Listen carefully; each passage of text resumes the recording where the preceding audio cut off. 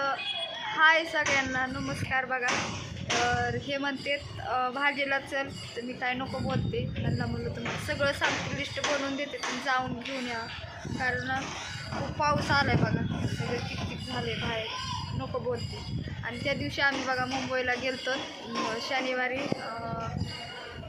तर बघा तिथं काय व्हिडिओ घेतला नाही, कारण तिथं गेल्यानंतर सगळी रडापडी झाली, त्याच्यामुळे व्हिडिओ काय घेता आला नाही आणि दाखवलं पण नाही. म्हणलं सांगावं तुम्हाला काय झाले.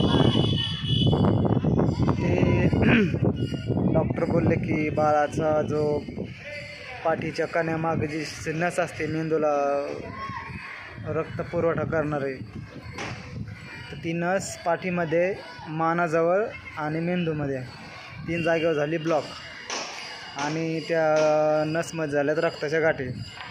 तर त्या रक्ताच्या गाठी मानापासून पुढं वर मेंदूपर्यंत गेल्यात, मेंदूमध्ये पण झाल्यात. तर त्याचा मेंदू थोड्या प्रकारे डॉक्टरचं असं म्हणणं की तो डॅमेज झाला आहे आणि ते म्हणतात की ही गाठ काढून आणि ऑपरेशन करूनसुद्धा काही फरक पडणार नाही, तो आहे तसाच आहे राहील. तर डॉक्टर म्हणले कदाचित असं सुद्धा होऊ शकते की आम्ही ऑपरेशन करतानाच याचा जीव जाण्याची म्हणजे असा धोका आहे, खूप जास्त आहे, चान्सेस आहेत की असं होऊ शकतं. आणि जरी म्हणलं ऑपरेशन बाय चान्स सक्सेसफुल झालं तरी पण म्हणलं याला त्याचा काहीच फरक पडणार नाही, आहे तसंच राहणार आहे. मग त्या बाळाचे आईवडील म्हणले मग आहे तसंच राहील आणि परत म्हणतात रिस्क पण आहे, मग कशाला करायचं ऑपरेशन, आहे तसंच राहू द्या आमच्याकडं, बघू आम्ही मग जोपर्यंत नशिबात आहे त्याच्या, जोपर्यंत राहील आमच्याकडे, असं म्हणून त्यांनी तो त्या दिवशी ठेवला. आणि संध्याकाळी मग डिस्चार्ज घेतला आहे. डिस्चार्ज घेऊन मग ते गावाकडे गेले आणि आम्ही इकडे आलो. आता मुंबईमध्ये खूप मोठं हॉस्पिटल आहे ते टाटा हॉस्पिटल, टाटासारख्या ठिकाणी नेलं होतं अगोदर त्यांनी. त्यांच्या तिकडे बऱ्याच ठिकाणी दाखवलं, बीडला दाखवले, छत्रपती संभाजीनगरला पण दाखवले. आणि छत्रपती संभाजीनगरवाल्या डॉक्टरने त्यांना टाटा हॉस्पिटल रेकमेंड केलं की तुम्ही तिथे जावा आणि टाटा सगळ्यात बेस्ट आहे. मग ते टाटाला गेले, ते टाटाला सगळी ट्रीटमेंट डॉक्टरांनी बघितली आणि तो काय खात पित नव्हता, डोळे पण उघडत नव्हता, बोलत पण नव्हता, तो फक्त सलाईनवरच होता. म्हणजे 3 दिवस झाले त्याने डोळे बंद केले होते आणि फक्त हात हलवत होता, पायात हलवत पण नव्हता तो. त्याच्या अगोदर असं झालं की ते 8 दिवसापासून ॲडमिट होता आणि 8व्या दिवशी त्याची कंडिशन जरा जास्त सिरियस झाली. म्हणजे ते नाही का बॉडीमधून हळूहळू म्हणजे जीव निघत जातो आणि अवयव काम करणं बंद करतात, तर अशी सिच्युएशन झाली त्याची. आणि तो ऑलमोस्ट म्हणजे गेला म्हणून असंच डॉक्टरनी म्हणले की हा गेला आहे, तुम्ही आता घरी घेऊन जा. मग ते घरी घेऊन मुंबईहून निघले आणि पुण्यापर्यंत आले की तो अचानक त्यांनी जांभळी दिली आणि त्याला म्हणजे जीव आला. मग त्यांनी परत असंच तो माघारी घेऊन गेले परत हॉस्पिटलमध्ये त्या. आणि मग दाखवलं, मग त्यांनी सांगितलं की आपण असं असं करू. मग परत त्यांनी थोडे ते जे काय असते MRI वगैरे ते मेंदूचे डोक्यासाठी करायचे ते केले आणि त्यांनी सांगितलं की हे नाही होणार म्हणून सक्सेस. त्यांनी परत 1-2 दिवस ठेवलं. आम्ही ज्या दिवशी गेलो भेटून आलो तो त्याचा तिथला शेवटचा दिवस होता. त्याच्यानंतर ते त्याला तिथून घेऊन गेलेत, ते गावाकडे गेले आणि आम्ही इकडे आलो होतो.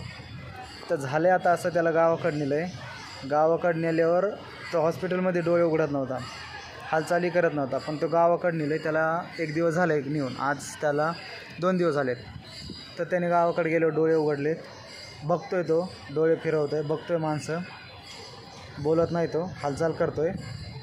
म्हणजे डॉक्टर जसा तो दवाखान्यात होता त्याच्यापेक्षा आता त्याची कंडिशन घरी चांगली आहे. मग त्याला आजार काय आहे तर डॉक्टर पण म्हणले आमच्याच्याने होत नाही, म्हणजे असा कुठला आजार आहे ते काय कळना दिसत झाला आहे.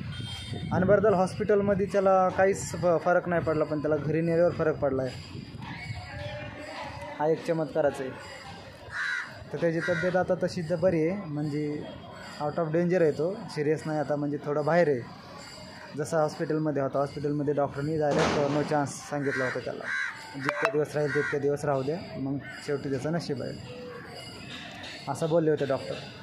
आणि त्याला सलाईनवरच होता, तो काय खात पीत पण नव्हता. घरचे त्याचे सगळे परेशान होते. 8 दिवस इकडंच होते हॉस्पिटलला मुंबईला, 2-1 दिवस संभाजीनगरला होते आणि बाकीचे 6 दिवस मुंबईला होते. परत त्याच्यानंतर आता 2 दिवस मुंबईला होते, म्हणजे 8 दिवस ते मुंबईला होते. आणि तुम्हाला तर माहिती आहे हॉस्पिटल म्हणले पैसा म्हणजे पाण्यासारखाच ओतावा लागतो आहे.